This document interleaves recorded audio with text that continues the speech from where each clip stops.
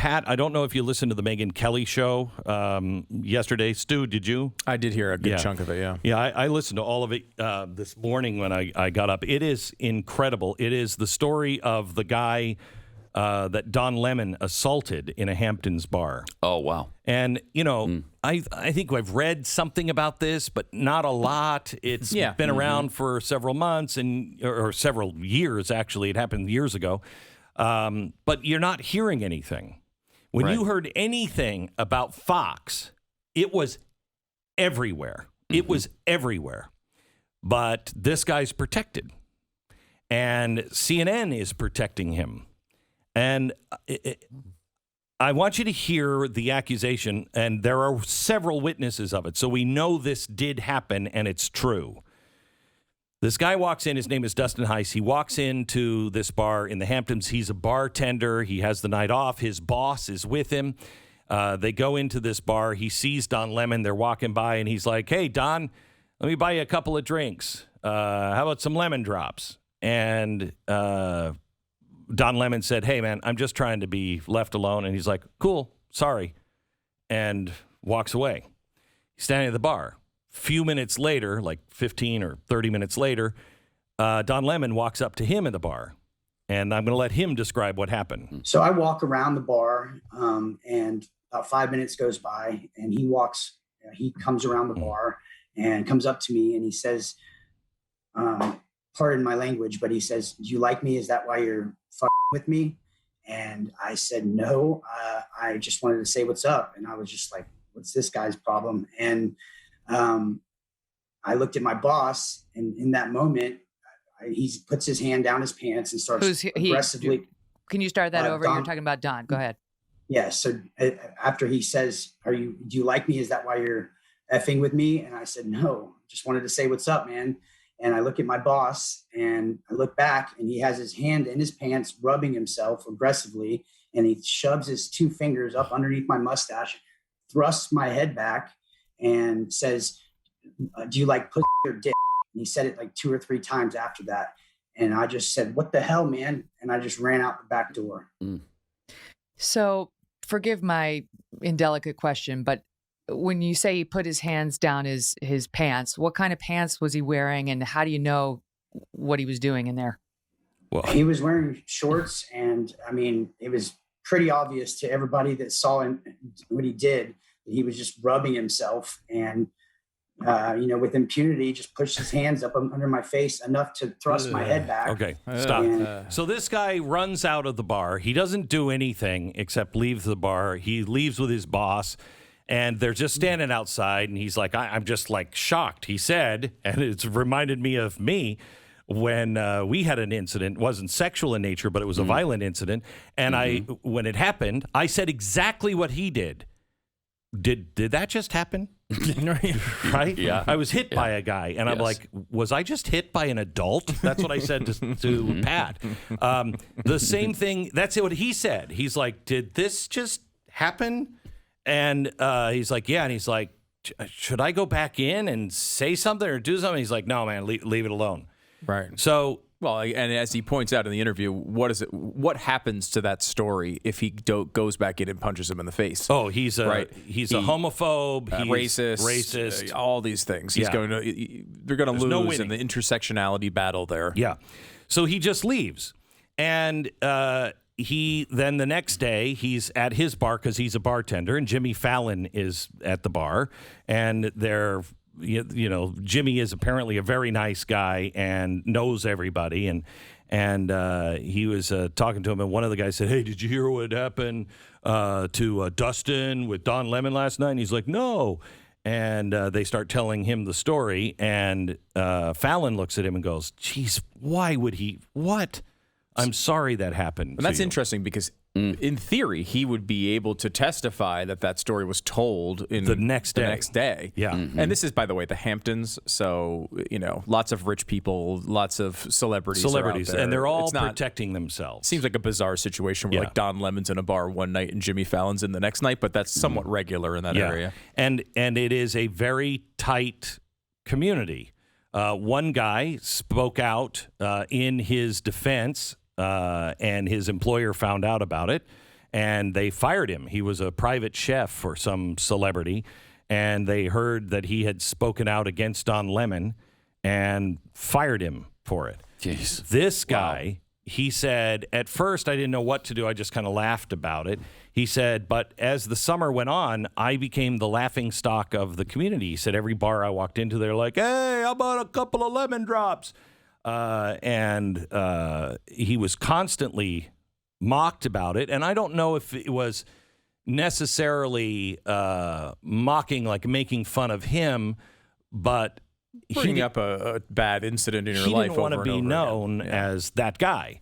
And also, he talks about it. He said, I felt, afterwards, I felt like my manhood was challenged. And as somebody who is a lifetime weenie, I can tell you that I don't have the ability to punch back. I mean, if somebody was like doing that to me, it wouldn't even occur to me to punch back because I don't even know how to. I think I would hurt my hand. This is why you carry a gun. Right. I would it is. It's what I would throw a punch, and I know I would be like, ow, and everybody who witnessed it would go, that's how you throw a punch? Okay? We've seen you throw a ball, and that's exactly what we said to you about that. Okay, so it's really bad. Mm-hmm. And as somebody who has, doesn't have a lot of masculinity in the first place because of things like that and made fun of as a kid, sure, that would really bother me. Walking out and then not doing it, and then everybody going like, oh, you're the lemon drop. It would have bothered me that I didn't do anything. Well, he said he was trying to get past it until he heard Don Lemon give this monologue. There is no standard way survivors talk about sexual assault. It isn't always a police phone call and a rape kit or a report filed with HR. Sometimes they don't talk at all for years, even decades. Sometimes a little comes out in a conversation with a friend, partner, or a doctor. And sometimes it comes out all at once. Why is it so hard to talk about? Well, part of it is fear, and part of it is doubt. Will I be believed? Will I be blamed? Will I have evidence? Do I have to relive what happened? Will everyone judge me? And if I speak out, will it even matter? People are tricky characters. Innocent until proven guilty must remain the law of the land. But at the same time, some guilty people do cloak themselves in innocence. Mm-hmm. Remember, after all, Bill Cosby was America's dad not so long ago. Are we interested in truth?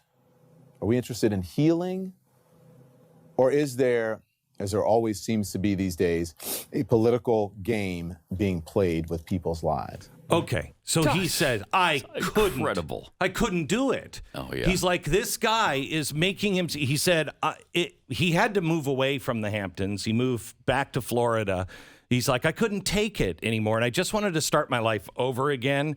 And so he moved back, and he said, then that monologue happened, and he's like, this guy is holding himself up as being the pillar of virtue and the Me Too movement against sexual harassment, and that's what he did to me. And so his lawyers came up with $1.5 million to sue him civilly. And he said in it, it's not about the money, because she said, is there anything you would settle for? And he said, it would have to start with an apology and an admission of guilt. He said, that's all I want, is that I did that and it was wrong and I apologize. And that's the one thing Lemon's not willing to do. CNN is smearing Dustin. Yeah. And I think this is a really important story for a couple of reasons. One, it's a horrible story for Dustin Heiss, and it's an important story that these people can't sweep these celebrities. What's the difference between this and what's his name? The guy in Hollywood that did it for all those years and everybody knew. Harvey Weinstein? Harvey Weinstein. Well, no. Wait. I know on the levels, but sure. Their responsibility, they know this guy, they know Don Lemon has done this. and they're protecting him because he's part of their group. Okay? It's the same thing. When people see things and they're in their group, they don't say anything. So Me Too means nothing. The second thing is, this is CNN protecting Don Lemon, Cuomo, and Jeffrey Toobin. It is becoming a sick sexual club. It does seem to be the, I don't know if it's the price to get in. Maybe it's like one of those situations. Yeah. It's pretty creepy. One other quick detail here, Glenn. I don't know if, Pat, if you heard this either. He said that Don Lemon has already offered him $500,000 for this to go away. Wow. So, like, that was really compelling evidence that this did happen. Oh, yeah. What's going to... No, it did happen. Yeah. You know, it's such a weird and sick thing to do to somebody that, he didn't start with that. Start there. That didn't just, that wasn't the first time it happened. He said anybody that acts like that in public without any fear of what it might do to somebody or the consequences it might have, that's a pattern. Yep. He's done it before. He's done something similar, I'll bet, many times. We're talking about arrogance. Yeah. The arrogance of Cuomo on night after night after night, talking as a hero and a champion of women when he has sexually harassed a boss. As soon as she wasn't his boss, he harassed her. And he's held up as a champion. To be the guy writing the words for his brother and saying, I'm not involved at all in any of this, and it's all sexual harassment. For Jeffrey Toobin to do that, how can anyone look at him seriously? How could any woman that's working at CNN look at him and not think of him in the corner of their screen masturbating? And now Don Lemon? Look, in their arrogance, they will fail. They are getting so arrogant. There's a dark side to that. But the only thing that happens is failure with stupid and criminal arrogance. Failure follows every time.